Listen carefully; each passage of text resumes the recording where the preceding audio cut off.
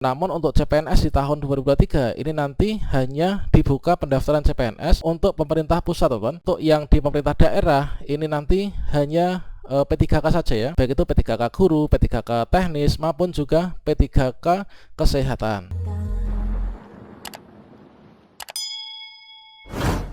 Baiklah sobat-sobatnya, seperti yang kita ketahui bahwa dalam pembahasan rancangan undang-undang ASN untuk menggantikan undang-undang ASN sebelumnya, di sini dari DPR RI mengusulkan untuk pengangkatan honorer seluruhnya ini menjadi P3K maupun juga CPNS. Namun hal ini sepertinya ada sinyal kuat bahwa tidak disetujui, teman-teman. Malah nanti akan direkomendasikan untuk kita yang sudah terkunci datanya ini diangkat menjadi P3K paruh waktu setelah nantinya diseleksi. Dengan demikian seperti yang kita ketahui bahwasanya data yang terkunci di database BKN itu merupakan data hasil pendataan tenaga non-ASN. Teman-teman yang sudah lolos pendataan non-ASN tahun 2022 saat ini datanya sudah dikunci di BKN ya. Lantas kira-kira bagaimanakah nasib honorer yang tidak masuk dalam database BKN hasil final dari pendataan tenaga non-ASN tahun 2023? Masihkah ada celah untuk kita ini diangkat menjadi ASN P3K?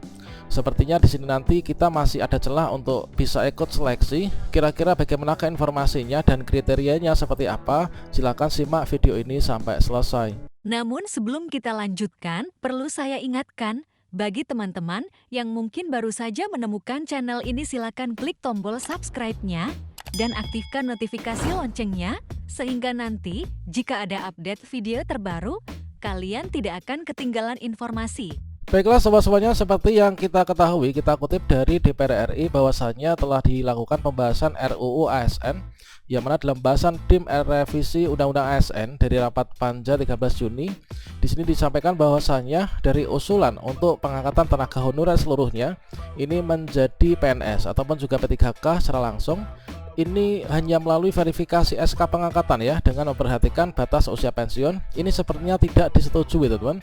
Dan di sini dari pemerintah ini mengusulkan untuk nanti diseleksi menjadi P3K paruh waktu. Dari hasil pendataan tenaga non-ASN ini datanya sudah dikunci ya menjadi database BKN yang nantinya akan diangkat menjadi P3K. P3K paruh waktu dan juga P3K penuh waktu. Dan nanti di sana akan diseleksi lagi ya, teman. Nanti kita masuknya ke mana?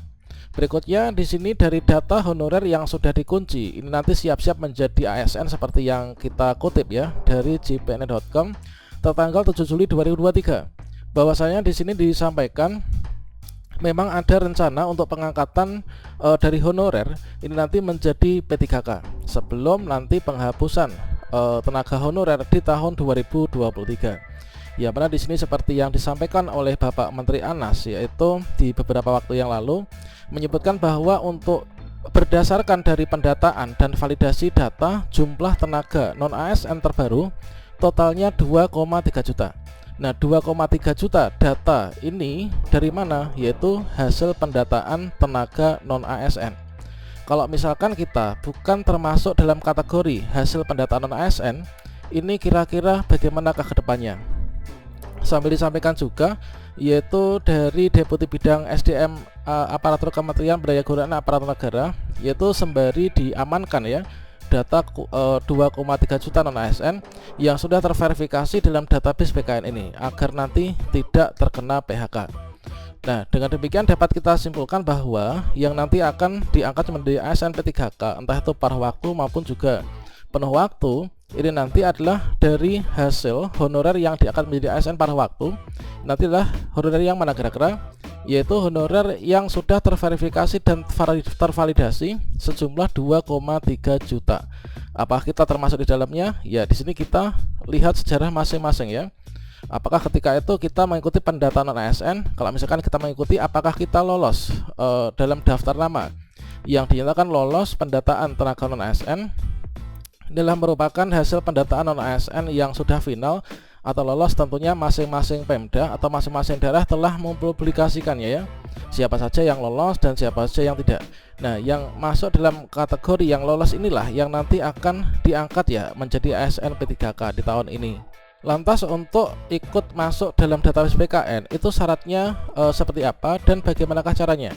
Seperti yang kita kutip dari bkn.go.id, yang mana untuk pendataan non-ASN ini sudah dilakukan di tahun 2022. Artinya di tahun 2023 ini sudah tidak ada pendataan tenaga non-ASN. Nah, ketika itu apa saja sih syarat pendataan tenaga non-ASN? Yang pertama, masih aktif bekerja di instansi. Kemudian yang kedua, mendapat honorarium dengan mekanisme pembayaran langsung ya, berasal dari APBN untuk instansi pusat dan juga APBD untuk instansi daerah, bukan melalui mekanisme pengadaan barang dan jasa, baik itu individu maupun juga pihak ketiga. Yang ketiga, diangkat paling rendah oleh pimpinan unit kerja. Yang keempat, bekerja paling singkat 1 tahun sebelum, yaitu pada tanggal 31 Desember 2021. Kemudian setiap persyaratan ini harus dipenuhi oleh pendaftar dari pendataan non-ASN ketika itu. Nah, kalau misalkan teman-teman melihat di sini adalah alurnya ya. Ketika itu kita membuat akun, kita login, kemudian isi biodata.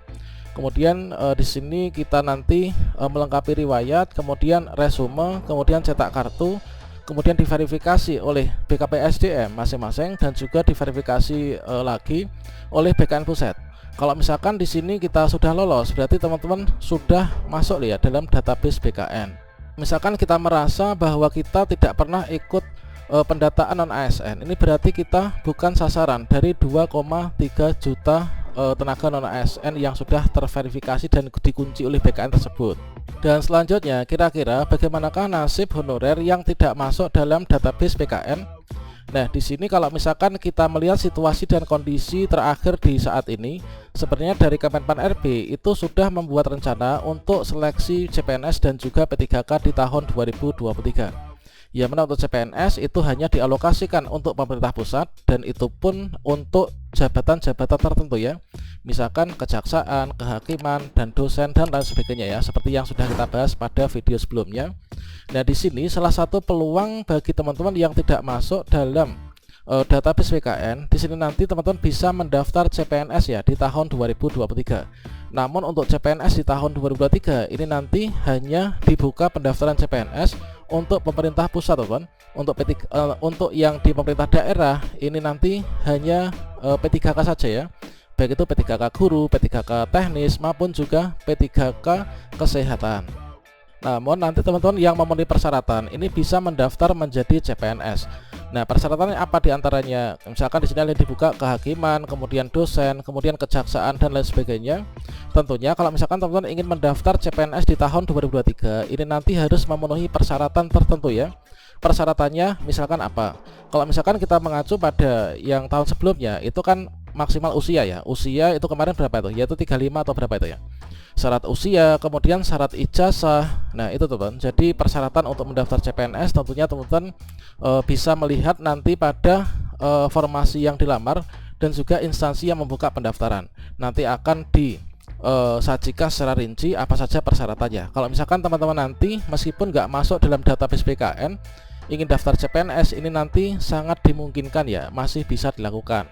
Yang penting di sini kita memenuhi persyaratan untuk mendaftarnya. Kemudian opsi yang kedua, ini adalah teman-teman nanti bisa mendaftar P3K. Tentunya untuk mendaftar P3K ini nanti juga tidak terlalu mudah, teman. Jadi ada persyaratan-persyaratan tertentu untuk nanti kita bisa mendaftar dan juga lolos P3K. Nah, di sini yang pertama misalkan teman-teman ini nanti bisa mendaftar P3K guru. Nah, untuk mendaftar P3K guru ini ada syarat-syarat tertentu yang harus kita penuhi ya. Nah, untuk mendaftar P3K guru ini adalah syaratnya, ini adalah utamanya adalah S1 ya, harus punya ijazah S1 yang linear dengan formasi yang nantinya dilamar. Kemudian syarat kedua ini adalah terdaftar di Dapodik ya teman, baik itu guru sekolah negeri maupun juga guru sekolah swasta terdaftar Dapodik. Atau juga kalau misalkan kita nggak terdaftar Dapodik, ini kita bisa mendaftar P3K guru asalkan teman-teman di sini memiliki sertifikat pendidik atau terdaftar pada Direktorat Lulusan PPG ya teman. Nah, ini jadi untuk seleksi P3K guru ini adalah seleksinya ini dapat dikatakan seleksi semi tertutup ya, karena kalau misalkan kita nggak terdaftar di Dapodik, nggak punya ijazah PPG, kita nggak bisa mendaftar di sana. Kemudian untuk P3K guru pun ini nanti akan diprioritaskan untuk teman-teman yang sudah statusnya P1 ya, nanti tinggal penempatan. Untuk yang lain itu nanti ikut seleksi dengan mekanisme yang sudah kita bahas pada video sebelumnya.